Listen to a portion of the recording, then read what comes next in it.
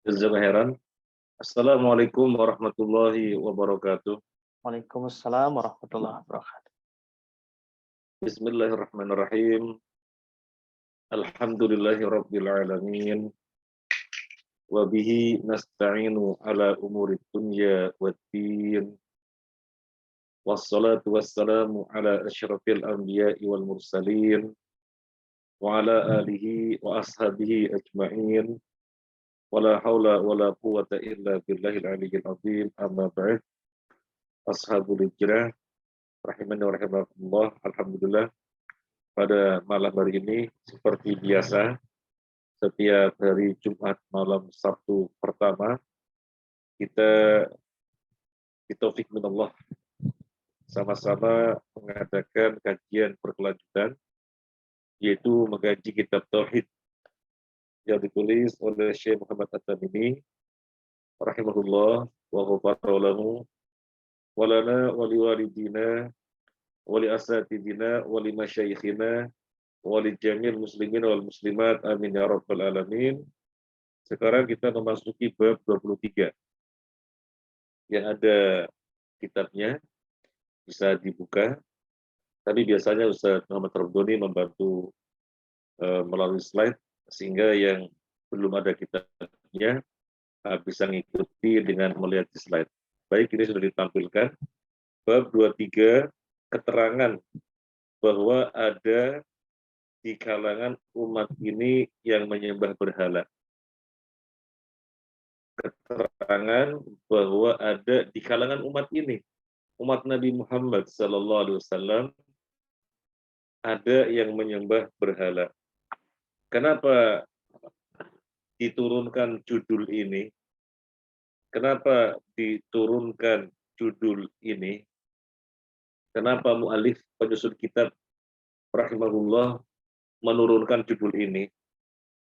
Syekh Utsaimin rahimahullah menjelaskan, mu'alif menurunkan kitab ini karena ada sebagian orang yang mengatakan tidak mungkin kesyirikan akan terjadi lagi di umat ini.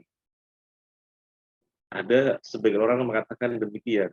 Tidak mungkin akan terjadi kesyirikan lagi di tengah-tengah umat ini. Soalnya setan sudah putus asa. Setan sudah putus asa untuk terus menggoda di Jazirah Arab. Sebagaimana Nabi SAW bersabda, Inna syaitana aisa ayyubada fi jaziratil Arab. Sesungguhnya setan putus asa untuk disembah di Jazirah Arab. Artinya setan memperkirakan dirinya tidak akan disembah lagi. Setan memperkirakan tidak mungkin ada terjadi kesyirikan lagi, menghambakan kepada dia, nggak ada lagi. Itu perkiraan setan.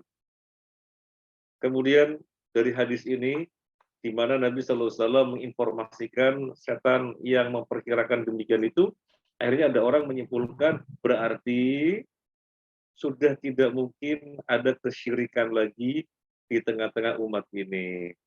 Itu kesimpulan yang keliru. Loh, kan kata Nabi, setan sudah putus asa bahwasanya dirinya tidak akan disembah lagi, dirinya tidak akan diibadahi lagi di Jazirah Arab. Iya betul, itu hadis Nabi. Tapi Nabi menginformasikan bahwasanya setan memperkirakan demikian. Sekali lagi, Nabi menginformasikan kepada kita bahwasanya setan memperkirakan demikian. Dirinya tidak akan disembah lagi. Yang menguat adalah tauhid. Tapi ternyata apa yang terjadi? Ternyata apa yang terjadi? Perkiraannya setan keliru.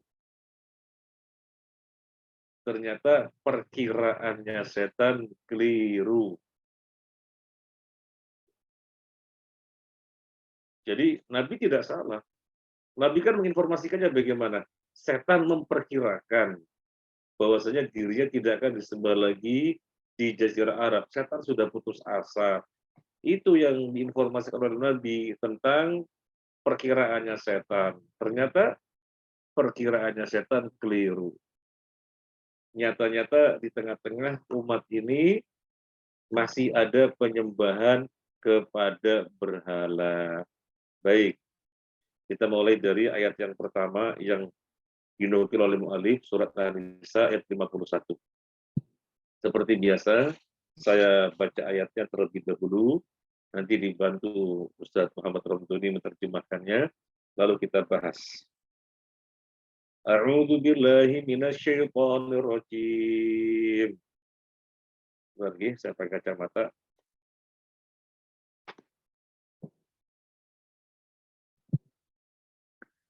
Alam tara ilal ladzina utu nasiban minal kitabi yu'minuna bil jibti wat taghut wa yaquluna lil ladzina kafaru haula'i ahda minal ladzina amanu sabila. Betul, Ustaz. Apakah kamu tidak memperhatikan orang-orang yang diberi bagian dari Alkitab? Mereka percaya kepada Jibt dan Togut dan mengatakan kepada orang-orang kafir musyrik Makkah bahwa mereka itu lebih benar jalannya dari orang-orang yang beriman. Jazakumullah khairan. Alam taro, tidakkah kamu memperhatikan ilal ladzina utu nasiban minal kitabi, kepada orang-orang yang diberi bagian dari Alkitab. Yang dimaksud siapa? Yang dimaksud Yahudi Nasrani. Nah, Yahudi Nasrani itu di tengah-tengah mereka ada kitab. Allah berikan kepada mereka, yaitu Taurat dan Injil. Apa yang terjadi? Apa yang terjadi? Yu'minuna bil jibti wa taghut. Mereka mengimani jibat, sihir, dan mereka mengimani tauhid, segala apapun yang merupakan tandingan Allah. Nah, kita bahas terlebih dahulu yang sesuai dengan tema kita. Kita bahas terlebih dahulu yang sesuai dengan tema pembahasan kita, baru nanti kalau ada waktu kita lebarkan pembahasan. Jadi ini yang menjadi tema pembahasan. Mereka itu di tengah-tengah mereka ada kitab, ada pedoman dari Allah, ada petunjuk dari Allah yang dijadikan pegangan, yang dijadikan sandaran, biar hidupnya lurus, biar hidupnya benar. Nyata-nyata ada kitab. Tapi apa yang terjadi? Yang terjadi malah percaya kepada jibet dan tauhid, padahal ada kitab. Sekali lagi, padahal ada kitab. Tapi kok percaya kepada jibet dan percaya kepada tauhid? Berarti adanya kitab di tengah mereka yang merupakan pedoman, pijakan, sandaran, pegangan, tidak merupakan jaminan. Tidak merupakan jaminan. Ini contohnya. Yahudi Nasrani. Allah turunkan kitab di tengah-tengah mereka, ternyata mereka berbuat kesyirikan. Beriman kepada jibet dan beriman kepada tauhid. Kita lanjutkan, wa yaquluna lil ladzina kafaru haula'i ahda minal ladzina amanu sabila. Kemudian mereka ahli kitab ini mengatakan kepada orang-orang kafir bahwasanya orang-orang kafir itu lebih mendapatkan petunjuk daripada orang-orang yang beriman. Subhanallah. Padahal di tengah-tengah mereka ada kitab, tapi yang mereka bela-belain justru orang kafir. Dan mereka menjatuhkan Nabi dan para sahabatnya. Orang-orang kafir ini justru di atas jalan yang lurus, justru lebih baik daripada orang-orang yang beriman, daripada Nabi Muhammad dan para sahabatnya. Padahal loh, di tengah-tengah mereka ada kitab. Tapi kok statementnya bisa demikian? Memuji-muji orang kafir, menjatuhkan Nabi dan para sahabat yang padahal Nabi dan para sahabat di atas hak. Jadi adanya kitab dari Allah tidak bisa dijadikan jaminan untuk mereka selalu di atas hak. Makanya tepat sekali judul ini, keterangan bahwa ada di kalangan umat ini yang menyembah berhala. Soalnya adanya kitab tidak menjadi jaminan. Nah, contoh tentang mereka, yaitu ahli kitab, yang muji-muji orang kafir dengan merendahkan Nabi Sallallahu Alaihi Wasallam dan para sahabatnya. Contohnya siapa? Contohnya Ka'ab bin Ashraf. Ka'ab bin Ashraf ketika datang ke Mekah, maka orang-orang musyrik berkumpul di situ. Kemudian Ka'ab bin Ashraf mengajukan satu pertanyaan. Menurut kalian, gimana tentang Muhammad itu? Katanya Muhammad lebih baik. Bagaimana menurut kalian? Maka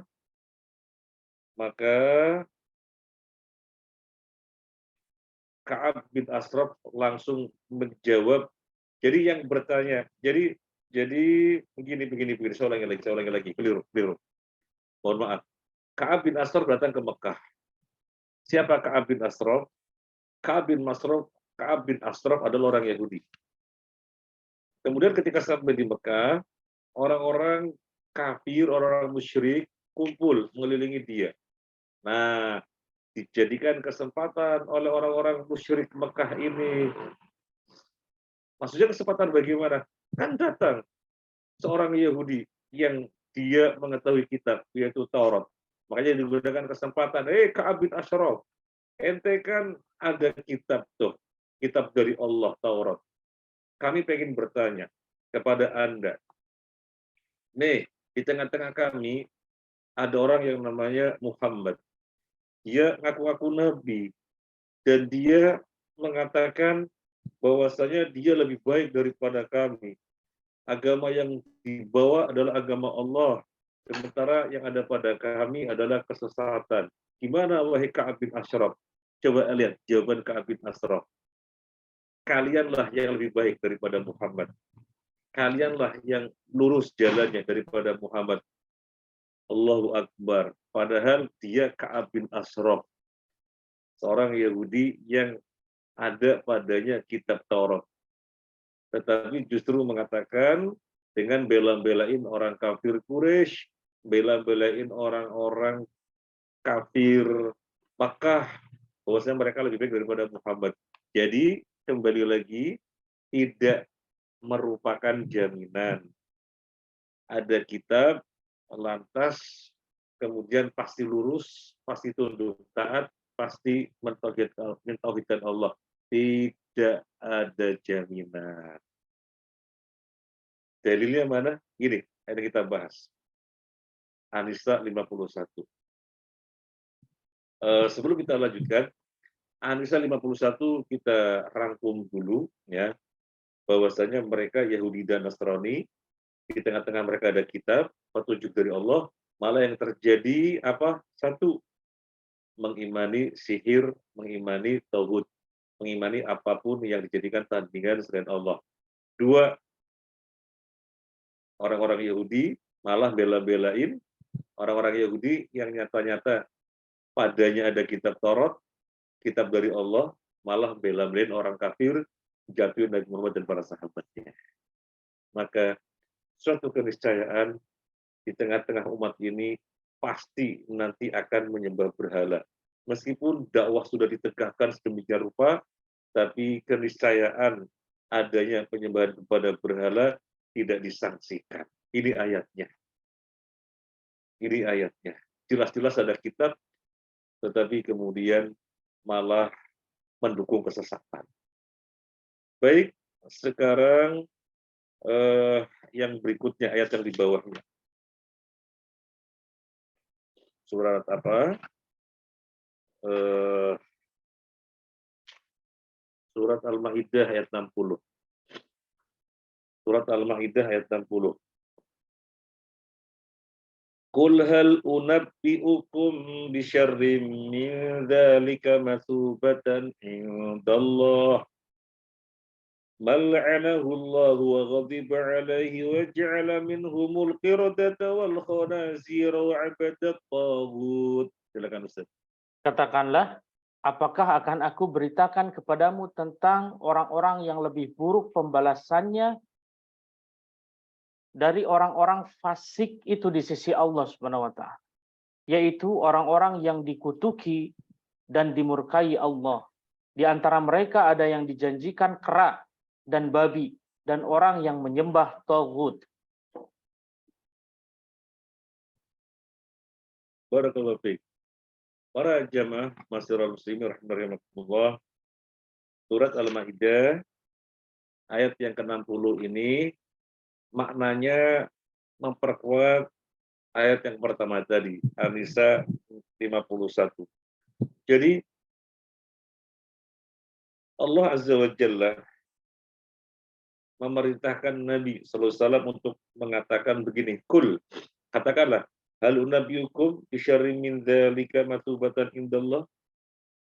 Apakah akan aku beritahukan kepadamu tentang orang yang lebih buruk pembalasannya dari orang-orang fasik, daripada orang-orang fasik itu di sisi Allah? Mau nggak tak kasih tahu? Katakan pada mereka. Katakan pada mereka, mau nggak tak kasih tahu balasan yang lebih buruk lagi yang Allah timpakan kepada mereka, orang-orang fasik. Mau nggak tak kasih tahu? Mau nggak tak kasih tahu? Balasan yang Allah akan timpakan yang lebih buruk lagi kepada mereka. Kemudian lanjutan ayat ini, mal'anahullah wa ghadiba alaih, yaitu orang yang pernah Allah laknat dan orang yang pernah Allah murkai. Wa ja'ala minhumul qiradata wal khanazir. Sebagian mereka pernah Allah jadikan kera dan babi. Wa abadat taghut, dan mereka menyembah taghut. Itu orangnya yang Allah akan beri balasan lebih buruk lagi. Itu orangnya. Siapa? Yaitu yang Allah laknat, yang pernah Allah laknat dan pernah Allah murka, di mana mereka dijadikan kera dan babi. Siapa itu? Orang Yahudi. Siapa itu orang Yahudi? Loh, apa kaitannya dengan tema yang kita bahas malam ini? Orang Yahudi loh, di hadapan mereka ada kitab Allah yaitu Taurat. Loh kok bisa malah Allah murkai? Loh kok bisa malah Allah laknat? Menunjukkan apa? Kitab yang ada tidak jaminan. Kitab yang ada pada mereka tidak jaminan. Kemudian mereka hidupnya lurus. Maka ini membuat ayat pertama tadi bahwasanya di tengah-tengah umat ini pasti nanti ada yang menyembah berhala meskipun ajaran Nabi sudah sempurna. Pasti ada. Wong sudah dibuktikan oleh orang-orang Yahudi dan Nasrani. Di tengah-tengah mereka ada kitab, tapi malah mereka dimurka oleh Allah, dilaknat oleh Allah, berbuat tidak searah, tidak sejalan dengan yang Allah perintahkan. Akhirnya dijadikan kera dan babi. Apa kelanjutan ayat ini? Wa'abadat tauhud. Dan dia juga menyembah tauhud. Tuh, padahal ada kitab. Tuh, padahal ada kitab. Taurat. Tapi malah menyembahnya tauhud. Sekali lagi, nggak jaminan. Tidak jaminan adanya kitab, kemudian dipastikan mereka lurus sejalan dengan kitab, tidak jaminan. Ini contohnya. Yahudi malah menyembah tauhid.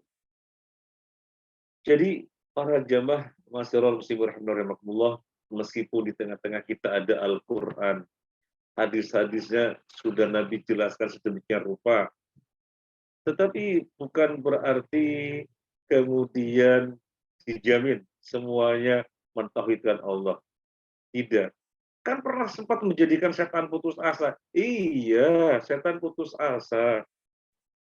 Di mana setan memperkirakan dirinya gak akan disembah lagi di Jazirah Arab. Soalnya Al-Qurannya telah gamblang, hadis-hadisnya telah Nabi jelaskan. Maka setan putus asa bahwasanya dirinya tidak akan disembah. Itu perkiraan setan. Itu perkiraan setan. Sebagaimana Nabi informasikan demikian. Tapi wakilnya, kenyataannya sebaliknya. Tetap ada penyembahan berhala. Maka judulnya, keterangan bahwa ada di kalangan umat ini yang menyembah berhala.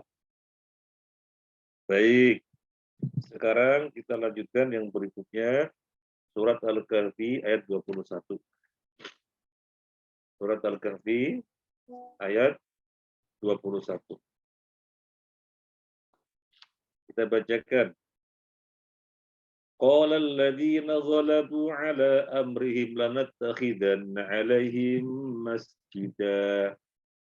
Orang-orang yang berkuasa atas urusan mereka berkata, sesungguhnya kami akan mendirikan sebuah rumah peribadatan di atasnya. Ini kisah tentang siapa, para jamaah? Semua kita mengetahui. Ini kisah yang luar biasa sekali tentang 7 pemuda. 7 pemuda di zaman yang kitabnya ketika itu adalah kitabnya Nabi Isa. Artinya 7 pemuda ini adalah orang-orang yang hidup di zaman syariatnya ketika itu adalah syariatnya Nabi Isa. Apa yang terjadi ketika itu? Yang terjadi ketika itu adanya kesyirikan. Adanya kesyirikan. Maka 7 pemuda ini bersepakat untuk menyelamatkan agama mereka, sehingga mereka pun lari ke sebuah tempat, yaitu gua. Mereka kemudian berlindung di situ dari kesewenang-wenangan penguasa ketika itu, karena mereka beragama dengan agama yang tidak sama dengan agama raja dan umumnya ketika itu. Masuk gua, menyelamatkan diri. Kemudian di situ tidurnya apakah sehari 2 hari? Tidurnya apakah sehari 2 hari? Tidurnya 309 tahun. Nah, baik. Sebelum kita lanjutkan, kita kembali ke cerita dulu. Ini 7 pemuda ini apa saling kenal? 7 pemuda ini apa saling kenal? Enggak. 7 pemuda ini tidak saling kenal. 7 pemuda ini adalah orang bangsawan. Melihat kehidupan kerajaan istana dan para bangsawan demikian, kesyirikan yang luar biasa, maka satu orang menyendiri, katakan di suatu tempat, di alun-alun, duduk termenung, memikirkan bagaimana menjaga agamanya, karena di sekitarnya kesyirikan. Datang pemuda yang lainnya, dari kalangan yang sama, kalangan bangsawan, duduk di situ juga termenung, memikirkan bagaimana menyelamatkan akidahnya. Datang orang yang lainnya lagi, sama. Akhirnya berkumpul 7 orang di situ, memiliki kegalauan yang sama, kerisauan yang sama. Bagaimana menjaga agama tauhidnya dengan syariat Nabi Isa alaihi salatu wassalam. Jadi satu riwayat menjelaskan Zaman ketika itu adalah zaman syariatnya Nabi Isa. Maka lari ke gua. Maka lari ke gua. Kemudian di gua Allah lindungi. Allah jadikan mereka tenang. Allah tidurkan mereka dalam waktu yang sangat berkepanjangan. Berapa tahun? 300 lebih. 309 tahun. Ketika mereka bangun, padahal waktunya sangat panjang sekali, 309 tahun. Tapi mereka merasanya baru tidur sehari atau setengah hari. Kemudian mereka lapar, meminta sebagian mereka keluar membeli makanan. Begitu keluar, kagetnya luar biasa. Keadaan berubah semuanya. Apalagi kemudian dikatakan oleh manusia-manusia yang ada, ini aneh, aneh, aneh, ini aneh. Ini mata uang kapan ini? Ini mata uang kapan ini? Aneh, aneh, aneh, gempar. Ini mata uang 300 tahun yang lalu. Ini mata uang 3 abad yang lalu, kok bisa? Ashabul Kahfi sendiri nggak ngerti. Nggak ngerti apa-apa, karena merasa tidurnya cuma sehari atau setengah hari.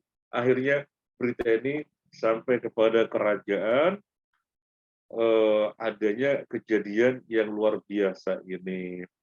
Kemudian penguasa itu menginginkan agar kuburan-kuburan yang Ashabul Kahfi ini dijadikan masjid di atasnya.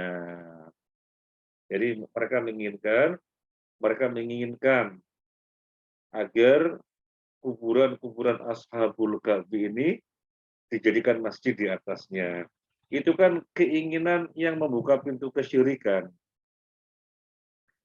Itu kan keinginan yang membuka pintu kesyirikan. Terus, apa kaitannya dengan judul kita?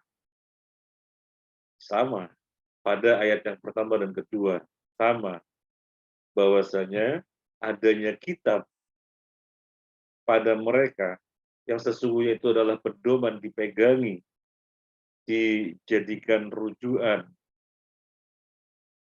dijadikan pijakan, tetapi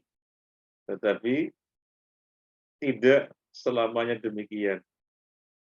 Yang terjadi malah dibelakangin, diselisihin. Nah, sehingga mu'alif menurunkan kitab, bagaimanapun hebatnya syariat sudah sempurna, mesti akan ada aja, mesti akan ada aja orang yang menyembah berhala. Nah, ini buktinya. Ini buktinya, katakan mereka ada kitab, petunjuk jelas, kok malah mau menjadikan kuburan-kuburan sebagai masjid. Itu kan membuka pintu kesyirikan. Nah, baik. Ini Al-Kahfi ayat 21. Sekarang kita bacakan yang berikutnya, hadis agak panjang. Ya, lumayan panjang, atau agak panjang gitu ya. Oh, belum. Masih yang sebelumnya. Saya bacakan hadisnya dari Abu Sa'id radhiyallahu an, bahwa Rasulullah Shallallahu alaihi wasallam bersabda, la tattabi'anna atau la tattabi'unna sunana atau sanana man kana qablakum hadwal quzzati bil quzzati hatta law dakhalu juhra babbin la dakhaltumuhu. Qalu ya Rasulullah al-yahud wan nasara. Qala faman? Tafadhal Ustaz. Sungguh, kamu akan mengikuti dan meniru tradisi umat-umat sebelum kamu bagaikan bulu anak panah yang serupa dengan bulu anak panah lainnya. Sampai kalaupun mereka masuk ke liang biawak, niscaya kamu akan masuk ke dalamnya pula. Para sahabat bertanya, wahai Rasulullah SAW, orang-orang Yahudi dan Nasrani kah? Beliau menjawab, lalu siapa lagi? Barakallahu fiik. Ini informasi dari Nabi Shallallahu alaihi wasallam mengenai apa yang akan terjadi pada umatnya. Jadi informasi dari Nabi. Dan informasi dari Nabi pasti benar ya. Kenapa? Karena Nabi menyampaikan berdasarkan wahyu. Bagaimana sih informasi dari Nabi? Tadi sudah dibacakan hadisnya, sudah dibacakan terjemahnya.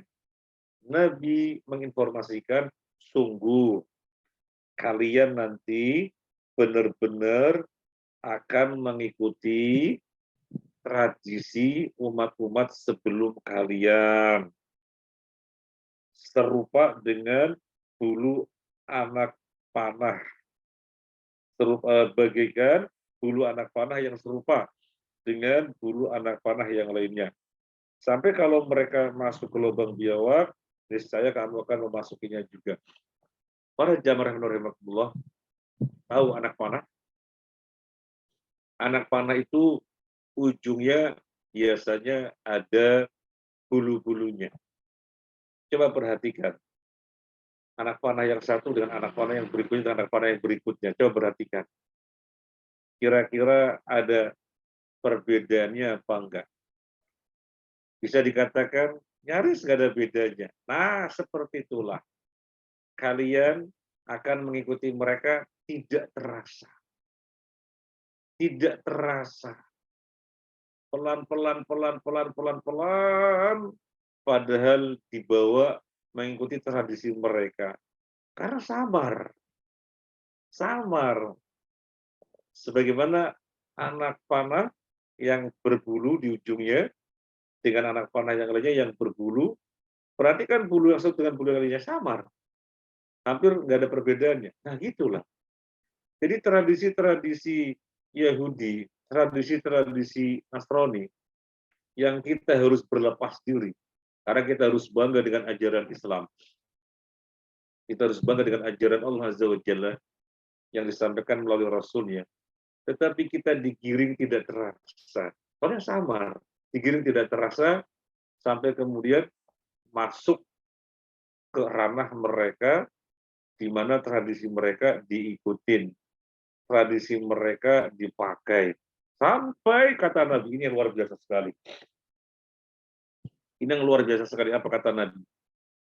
Kalau mereka masuk lubang biawak pun, kalian mengikutinya. Apa maksudnya? Sampai kalau mereka masuk lubang biawak pun, kalian mengikutinya.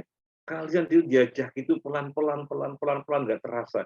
Diajak pelan-pelan, pelan-pelan, pelan, nggak terasa, ngikutin terus. Sampai kalau mereka masuk lubang biawak, tetap diikuti. Lubang biawak itu apa? Ada yang menjelaskan, lubang biawak ini tidak seperti umumnya lubang hewan. Kalau lubang hewan pada umumnya itu lurusan saja, mudah ditelusuri.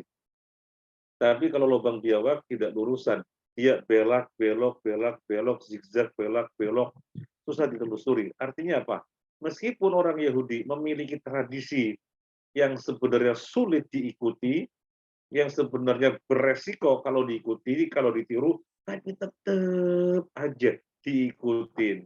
Tetap aja. Soalnya kaum musliminnya dibawa kepada tradisi-tradisi yang pelan-pelan, pelan-pelan, akhirnya tidak bangga dengan ajarannya sendiri. Malah meniru-niru ajaran mereka dan bahkan mengamalkan ajaran mereka. Pelan-pelan, pelan. Nah, ini informasi dari Nabi. Demikian keadaan umat Islam nanti. Ya kalau begitu, meskipun Nabi sudah menyampaikan Al-Quran secara sempurna, hadis-hadis yang dijelaskan secara sempurna, tetap saja nantinya ada orang-orang yang ikuti Yahudi dan Nasrani nyembah berhala. Nah, itu yang dimaksud. Kira-kira terjadi apa tidak? Terjadi. Terjadi. Terjadi. Tahu Homer itu haram. Tapi mereka itu malah bangga dengan kawan-kawannya. Minum Homer nih, bangga. Malah ada sebagian mereka, nyata-nyata mereka Muslim, tetapi kemudian di bagian mobilnya, di situ di setting untuk bisa menyusun Homer-Homer, botol-botol Homer biar disusun di situ. Di display dan kelihatan oleh semua yang melihatnya. Dan dia merasa bangga, padahal Muslim. Padahal Muslim. Itulah. Diajak mengikuti ajaran mereka, nggak terasa, sampai kemudian disuruh mengikuti ajaran mereka yang sulit pun mau.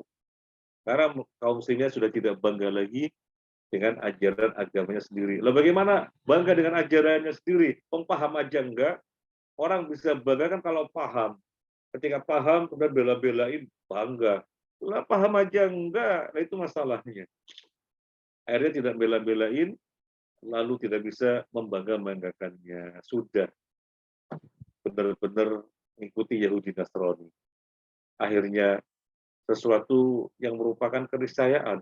Kalau kemudian muncul di tengah umat ini orang yang nyembah berhala, orang yang nyembah berhala, orang yang nyembah berhala. Ada satu keniscayaan. Baik, ini informasi dari Nabi Shallallahu Alaihi Wasallam. Dan kenyataannya memang terjadi demikian. Sekarang kita akan membacakan hadis yang agak panjang. Kiranya masih lebih bersabar ya, karena hadisnya agak panjang. Saya bacakan mungkin pelan-pelan ya, kemudian diterjemahkannya juga pelan-pelan. Artinya nggak langsung kita baca keseluruhannya, kemudian setelah itu terjemahnya keseluruhannya enggak, tapi sebagian-sebagian per kalimat. Muslim meriwayatkan dari Thauban bahwa Rasulullah Shallallahu Alaihi Wasallam bersabda, Innallaha zawaliyal arba faraitu masyariqaha wa magharibaha. Sesungguhnya Allah telah membentangkan bumi kepadaku sehingga aku dapat melihat belahan timur dan belahan baratnya. Wa inna ummati sayablughu mulkuha mazuwiya li minha. Dan sesungguhnya umatku, kekuasaannya akan mencapai belahan bumi yang telah dibentangkan kepadaku itu. Wa u'titu al-kanzaini al-ahmar wal abyad. Dan aku diberi dua perbendaharaan simpanan, merah dan putih, Imperium Persia dan Romawi. Wa inni sa'altu rabbi li ummati alla yuhlikaha bisanatin amatin. Aku meminta kepada Robku untuk umatku agar mereka jangan dibinasakan dengan paceklik yang berkepanjangan. Wa alla yusallitu alaihim aduan min siwa anfusihim. Dan jangan dikuasakan kepada musuh selain dari kaum mereka sendiri, sehingga musuh itu nantinya akan merampas seluruh negeri mereka. Ya, fayastabiha baydatahu. Baik. Fa inna rabbi qala, ya Muhammad, idza qadaitu qada'an fa innahu la yuraddu. Silakan. Lalu Robku berfirman, hai Muhammad SAW, bila aku telah menetapkan sesuatu, maka ketetapan itu tidak akan diubah lagi. Wa inni a'taituka li ummatika alla uhlikahum bisanatin amatin wa alla usalitu alaihim aduan min siwa anfusihim fa yastabiha baydatahu. Dan sesungguhnya aku telah memberikan kepadamu untuk umatku bahwa aku tidak akan membinasakan mereka dengan paceklik yang berkepanjangan. Dan tidak akan menjadikan seseorang musuh berkuasa atas mereka selain dari kaum mereka sendiri. Fayastabiha baydatahu. Baik. Walau istama alaihim man bi'aqariha hatta yakuna ba'duhum yuhliku ba'dan wa yasbi ba'duhum ba'da. Sehingga nantinya musuh itu akan merampas seluruh negeri mereka, sekalipun manusia yang ada di seluruh belahan bumi berkumpul menghadapi mereka. Sampai mana tadi? Sampai mana tadi? Sampai umatmu itu sendiri, sebagian mereka menghancurkan sebagian yang lain, dan sebagian mereka menawan sebagian yang lain. Barakallahu fiik.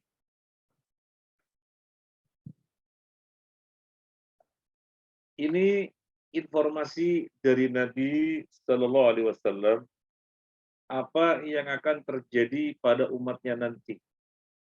Jadi Nabi diperlihatkan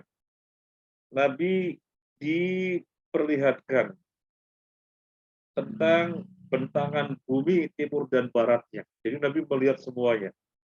Nabi melihat semuanya. Dan kemudian diinformasikan bahwasanya umatku nanti akan menguasai ini belahan bumi dari timur ke baratnya, dan nanti akan menguasai perbendaharaan Persia dan Romawi, emas dan perak. Itu diperlihatkan kepada Nabi Shallallahu Alaihi Wasallam bahwasanya umat Islam akan berkuasa dari timur dan baratnya dan menguasai Persia dan Romawi. Baik, sebelum kita lanjut, yang Nabi sampaikan di mana itu diperlihatkan kepada beliau terjadi apa tidak? Terjadi. Kaum muslimin menguasai bumi dari timur ke barat sebagaimana yang Nabi diperlihatkan sudah terjadi. Sudah terjadi. Jadi bukan utara selatan. Kaum muslimin menguasainya timur barat. Sudah terjadi. Sehingga banyak sekali bukti-bukti perjalanan sejarah Islam di Spanyol, di Rusia, dan yang lainnya. Karena memang Nabi diperlihatkannya demikian. Umatnya diberi kekuasaan membentang timur dan barat dan menguasai Persia dan Romawi. Nah, kemudian Nabi bersabda, aku meminta kepada Tuhanku agar jangan dibinasakan secara berkepanjangan. Artinya umatku jangan ditimpa paceklik. Dibinasakan berkepanjangan. Artinya ditimpa paceklik. Yang kedua, Nabi SAW meminta kepada Allah agar jangan dikuasai oleh musuh. Agar jangan dikuasai oleh musuh. Dikabulkan? Dikabulkan. Dua permintaan Nabi yang pertama apa tadi? Jangan ditimpa paceklik, kekeringan, seperti yang pernah terjadi pada Nabi Yusuf. Allah kabulkan. Yang kedua, agar jangan sampai musuh menguasai kaum muslimin. Dikabulkan? Dikabulkan. Tetapi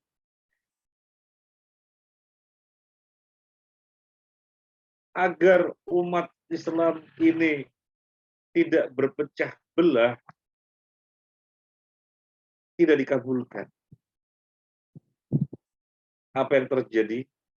Umat Islam ini sesama mereka saling bermusuhan, mereka tidak memiliki manhaji yang sama di dalam beragama, akhirnya di dalam bab akidah juga berbeda, di dalam bab yang lainnya juga berbeda-beda. Akhirnya apa yang terjadi? Kaum muslimin lemah, akhirnya musuh bisa menguasai. Jadi musuh tidak menguasai kaum muslimin dari awal, tidak. Karena doa Nabi dikabulkan. Agar tidak ditimpakan paceklik, dikabulkan. Agar tidak dikuasai oleh musuh, dikabulkan. Tapi kaum musliminnya itu sendiri yang demikian keadaannya, berpecah belah sesama mereka, hal itu melemahkan mereka, maka musuh jadi masuk menguasainya. Sekali lagi, tidak menguasai dari awal, tapi bisa menguasai karena kaum muslimin mereka sendiri yang membuat diri mereka lemah. Nah, kemudian kaitannya dengan judul kita yang mana? Kaitannya dengan judul kita adalah kaum muslimin di tengah-tengah ada apa? Ada Al-Quran. Kaum muslimin di tengah-tengahnya ada apa? Ada hadis-hadis Nabi. Loh, kok bisa kemudian berselisih sedemikian rupa pada perselisihan yang hebat, yang luar biasa, yang akhirnya lemah. Di antaranya perkara kesyirikan dipandang bukan kesyirikan, perkara-perkara baru yang sesungguhnya tidak ada dari Nabi tetapi dihidupkan, dan yang lainnya, dan yang lain, dan yang lain, dan yang lainnya, sehingga kemudian semakin jauh dari agamanya, kesyirikan menjadi akut dan yang lainnya, akhirnya lemah, akhirnya musuh bisa menguasainya. Nah, padahal di tengah-tengah kaum muslimin ada kitab Al-Quran, ada hadis-hadis yang menjelaskannya, tapi kok bisa begitu? Maka dikatakan tadi tidak jaminan. Tidak jaminan. Sehingga judulnya keterangan bahwasanya umat ini ada yang menyembah berhala. Meskipun ada Al-Qur'annya, meskipun ada hadisnya, tetapi demikianlah yang terjadi. Jadi jangan kemudian tenang, tenang, setan sudah putus asa. Iya, setan putus asa itu karena mengira dirinya tidak akan disembah. Kenyataannya perkiraannya setan keliru. Baik, sekarang kita lihat hadis yang terakhir dari bab ini. Kita lihat hadis yang terakhir dari bab ini. Hadis ini diriwayatkan pula oleh Al-Barqani dalam sahihnya dengan tambahan. Kita bacakan pelan-pelan, ya. Wa innama akhafu ala ummati al-a'immah al-mudillin. Silakan. Dan yang aku khawatirkan terhadap umatku tiada lain adalah para pemimpin yang menyesatkan. Wa idza waqa'a 'alaihim as-sayfu lam yurfa' ila yaumil qiyamah. Dan apabila pertumpahan darah telah menimpa umatku, maka tidak akan berakhir sampai hari kiamat. Wala taqumu sa'atu hatta yalhaqa hayyun min ummati bil musyrikin. Kiamat tidak akan terjadi sebelum ada suatu kaum dari umatku mengikuti orang-orang musyrik. Wa hatta ta'buda fi'amun min ummati al-awthan. Dan beberapa kelompok dari umatku menyembah berhala. Wa innahu sayakunu fi ummati kadzabun salasun. Dan sesungguhnya akan ada di antara umatku 30 pendusta. Pendusta. Kulluhum yaz'amu annahu nabi. 30 pendusta yang semuanya mengaku sebagai nabi. Wa ana khatamun nabiyyin la nabiyya ba'di. Padahal aku adalah penutup para nabi, tidak ada nabi lagi sesudahku. Wa la tazalu qa'ifatun min ummati 'alal haqqi mansurah la yadurruhum man khalafahum hatta yati amrullahi tabaraka wa ta'ala. Sungguh pun demikian, akan tetap ada dari umatku segolongan yang tegak membela al-haq dan mendapat pertolongan dari Allah Subhanahu wa taala. Mereka tidak tergoyahkan oleh orang-orang yang menghinakan mereka sampai datang keputusan Allah Tabaraka wa taala. Jazakumullah khairan. Para jamaah rahimakumullah, kita lihat hadis yang terakhir ini lebih jelas lagi terkait dengan judul. Nabi bersabda, kalau sudah diangkat pedang pada umatku, maka akan terus-menerus sampai hari kiamat. Akan terus-menerus. Jadi umat Islam sesama mereka udah akan terus-menerus berselisih. Akan terus-menerus sampai hari kiamat.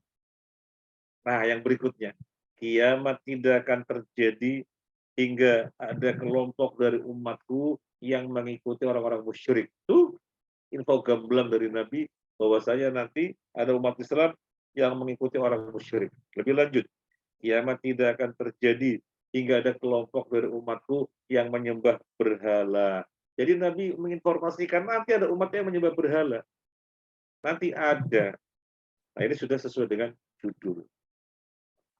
Ini sudah sesuai dengan judul bahwasanya umat Islam nantinya akan menyembah berhala.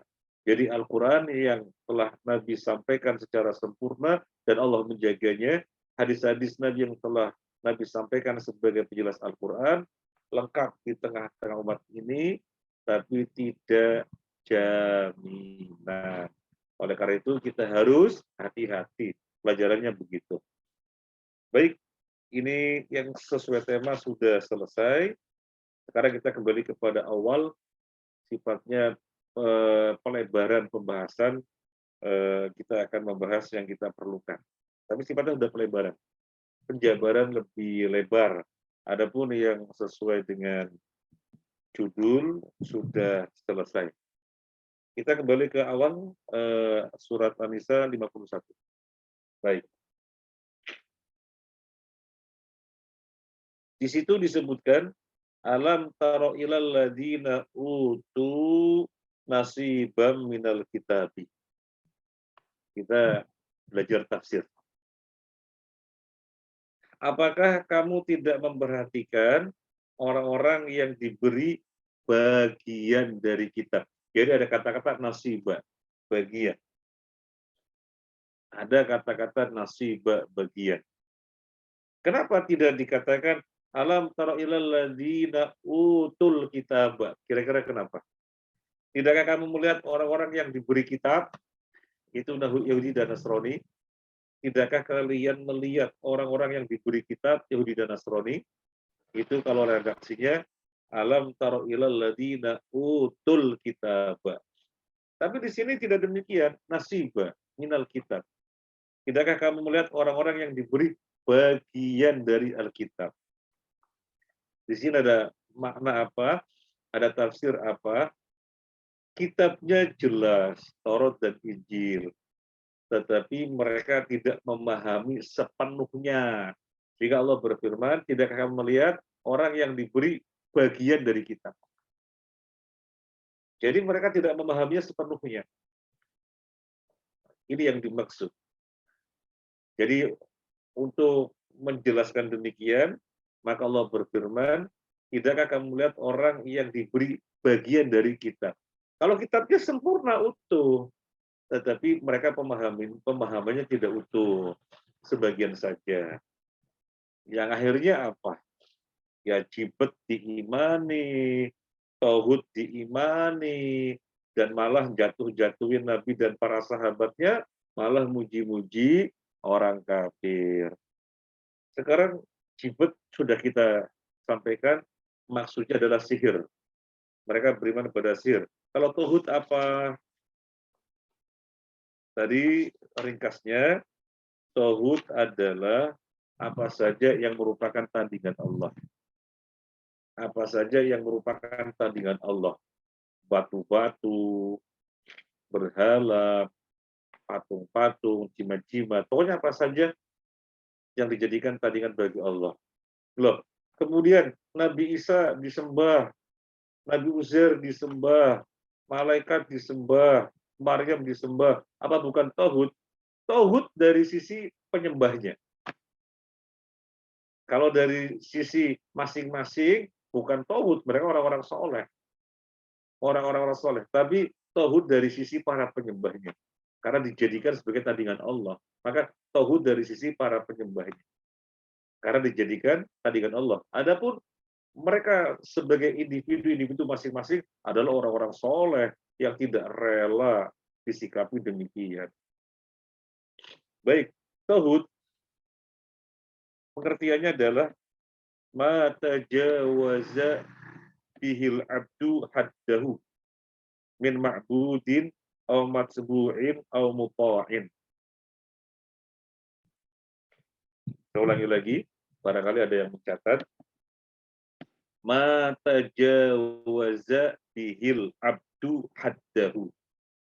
Ma tajawaza bihil abdu haddahu min ma'budin aw matsbu'in aw muta'in. Sesuatu yang seorang hamba melampaui batas daripada sesuatu yang disembah, yang diikuti dan ditaati. Sesuatu yang seorang hamba melampaui batas pada 3 perkara. Terkait dengan ma'bud yang disembah, matsbu yang diikuti, muto yang ditaati. Sekarang ma'bud. Seorang hamba melampaui batas bagaimana? Terkait dengan sesembahan. Menyembah selain Allah, itu namanya melampaui batas. Padahal semestinya menyembah Allah saja. Tapi mereka menyembahnya selain Allah. Maka selain Allah itu adalah tauhid. Kemudian terkait dengan matsbu' yang diikuti. Yang diikuti adalah ulama-ulama yang hak. Ulama-ulama yang hak. Tapi ulama-ulama sesat diikuti. Menghalalkan yang haram, mengharamkan yang halal. Itu namanya melampaui batas. Jadi ketika ulamanya menghalalkan yang haram, mengharamkan yang halal, diikutin. Itu namanya tauhid. Itu namanya tauhid. Kemudian ulamanya mengatakan ini syirik, ini tauhid. Yang tauhid dikatakan syirik, yang syirik dikatakan tauhid. Padahal itu ngubah-ngubah, diikutin. Itu namanya tauhid. Tauhid dari sisi yang diikutin. Sekarang yang ditaatin terakhir ya. Yang ditaatin yaitu yang terakhir mutok apa? Pemerintah. Ketika pemerintah ngubah-ngubah hukum, kemudian ditaatin, maka menjadikan pemerintah sebagai tauhid. Jadi tauhid itu apa saja yang seorang hamba melampaui batas terkait dengan 3 perkara. Apa saja yang seorang hamba melampaui batas terkait dengan perkara. Ma'bud yang disembah, matbur yang diikuti, dan muta' yang ditaati. Itu namanya tauhid. Dedengkot tauhid apa saja? Tauhid kan banyak sekali. Dedengkot yang pertama iblis. Karena iblis berikrar untuk langsung bermusuhan dengan Allah. Tidak akan pernah taat. Kok diikuti? Berarti yang mengikuti menjadikan iblis sebagai tandingan Allah. Iblis itu tauhid. Iblis itu tauhid, asli tauhid, bukan dari sisi yang menyembahnya saja, bukan dari sisi yang menghambakannya, tapi iblis sendiri adalah tauhid. Itu jendekotnya tauhid.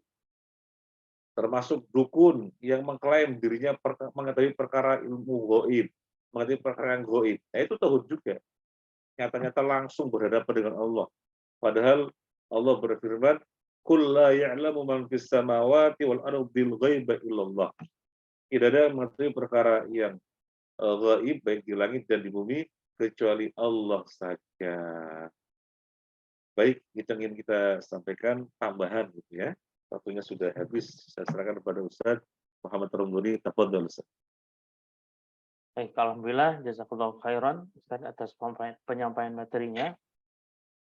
Kita sudah masuk di sesi berikutnya, yaitu jika Bapak Ibu ada hal yang akan ditanyakan pada Ustaz, bisa mengetikkan di kolom chat atau raise hand, kemudian langsung berdialog seperti biasanya. Dan saat ini belum ada pertanyaan Ustaz. Mungkin Insya Allah sudah jelas Ustaz. Sudah jelas terperinci, dipahami oleh sahabat-sahabat Ashabul Hijrah insyaallah. Alhamdulillah. Baik, dan waktu pun mungkin sudah menjelang pukul 21.00 Ustaz. Jadi untuk menutup perjumpaan kita, terakhir mungkin sedikit nasihat atau kesimpulan dari Ustaz sekaligus menutup majelis ini Ustaz. Para jamaah rahimanullah, ini kitab tauhid yang para jamaah memilikinya.